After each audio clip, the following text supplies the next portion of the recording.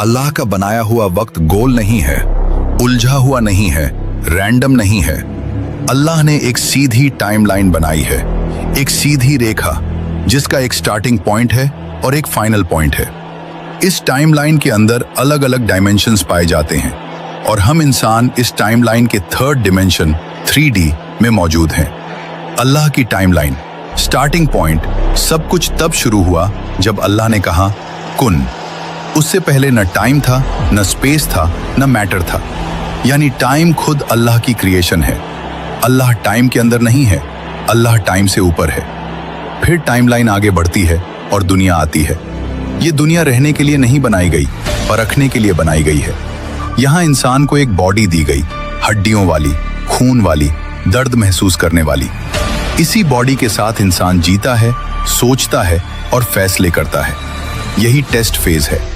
फिर टाइमलाइन पर एक ऐसा पॉइंट आता है जिससे कोई भाग नहीं सकता, मौत। लेकिन सुनो, मौत अंत नहीं है, मौत सिर्फ ट्रांजिशन है। बॉडी यहीं रह जाती है और रूह टाइमलाइन पर आगे बढ़ जाती है। बरज़ख, इंटरमीडिएट डायमेंशन। मौत के बाद टाइमलाइन रुकती नहीं, इंसान एंटर करता है बरज़ख में, एक ऐसा डायमेंशन जहां टाइम दुनिया जैसा नहीं चलता। यहां इंसान को अपने आमाल का टेस्ट मिलने लगता है। फिर एक दिन आता है जब पूरी टाइमलाइन कोलैप्स हो जाती है।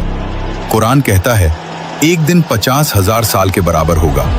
यानी टाइम अपनी शेप खो देता है।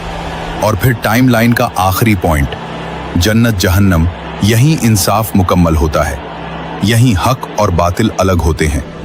तो सवाल ये है, अगर जन्नत और जहन्नम टाइमलाइन के आखिर में है तो रसूलुल्लाह सल्लल्लाहु अलैहि वसल्लम ने उन्हें अभी कैसे देख लिया? यहीं से मेराज की असल समझ शुरू होती है। अल्लाह ने रसूलुल्लाह सल्लल्लाहु अलैहि वसल्लम को क्यों बुलाया? अल्लाह ने उन्हें बुलाया पूरी हकीकत दिखाने के लिए। कुरान कहता है ताकि हम उन्हें अपनी निशानियों में से दिखाएं। यानी ये ख्वाब नहीं था, ये डायरेक्ट एक्सपोजर था। अल्लाह ने उन्हें उसी टाइमलाइन में आगे ले जाकर दिखाया जहां फ्यूचर प्रेजेंट बन जाता है। अल्लाह के लिए पास्ट, प्रेजेंट, फ्यूचर सब एक जैसे हैं। उन्होंने जहन्नम देखी, लोगों को उनके आमाल के मुताबिक सजा मिलते हुए देखा।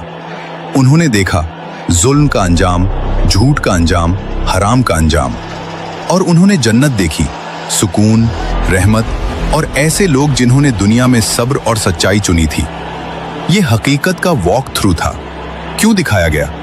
ताकि कोई ये ना कह सके मुझे पता नहीं था, मैंने सिर्फ दुनिया देखी थी। तुम जो अपने आप को साइंस का मास्टर समझते हो, तुम जो कहते हो कि यूनिवर्स वही है जो टेलीस्कोप दिखा दे, एक सवाल है तुमसे, क्या तुम जानते हो कि ये यूनिवर्स सिर्फ ये दुनिया नहीं, इस दुनिया के ऊपर 7 आसमान हैं और उन सब के पार एक आखिरी हद है, सिदरतुल मुंतहा, वो मकाम जहां साइंस खामोश हो जाती है, जहां फिलॉसफी कोलैप्स कर जाती है, जहां फरिश्तों की भी लिमिट खत्म हो जाती है और जहां सिर्फ एक ही इंसान पहुंचा, मोहम्मद बिन अब्दुल्लाह रसूलुल्लाह सल्लल्लाहु अलैहि वसल्लम। ये कोई कहानी नहीं, ये मेटाफर नहीं, ये इमेजिनेशन नहीं, ये हकीकत है।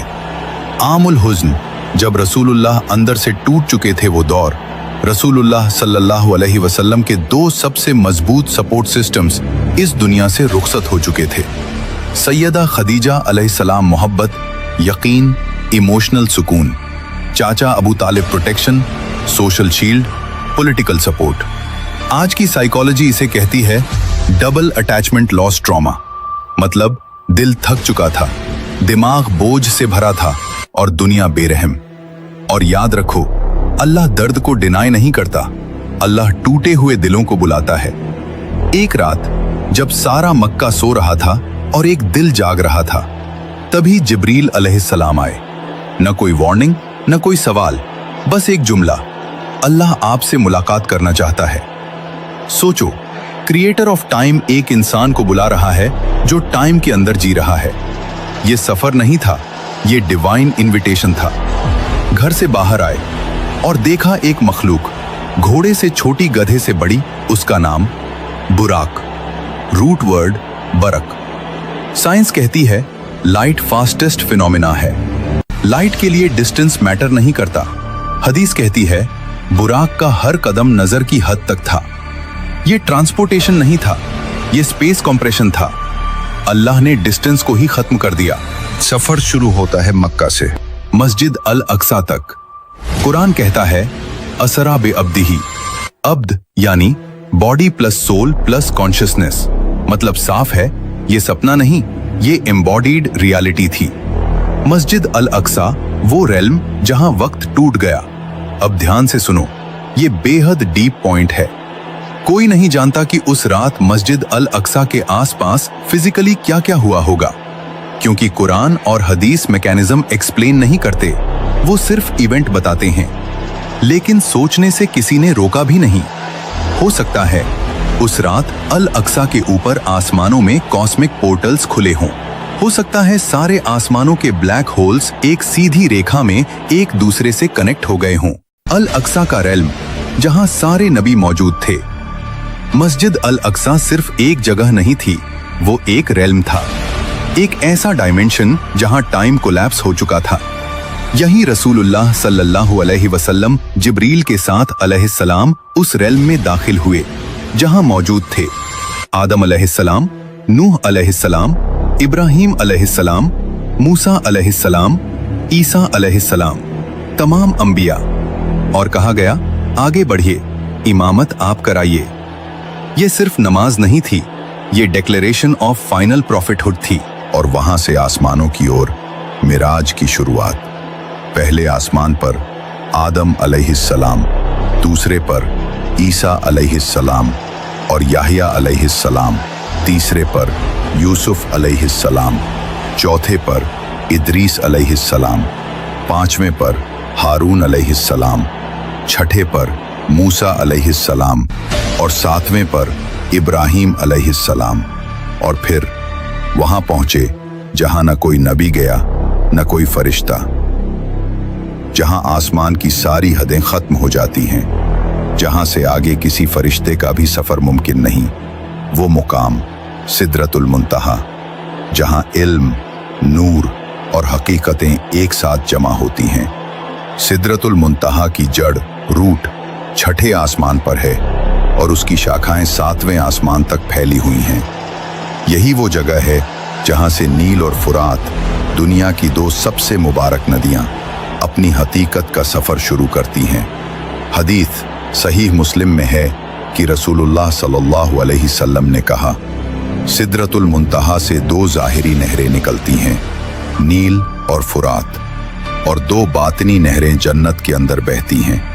वो जगह थी सिदरतुल मुंतहा, एक नूर से भरा पेड़ जिसके पत्ते हाथी के कानों जितने बड़े, फल मटके जितने भारी, और उनके ऊपर गिर रहा था अल्लाह का नूर।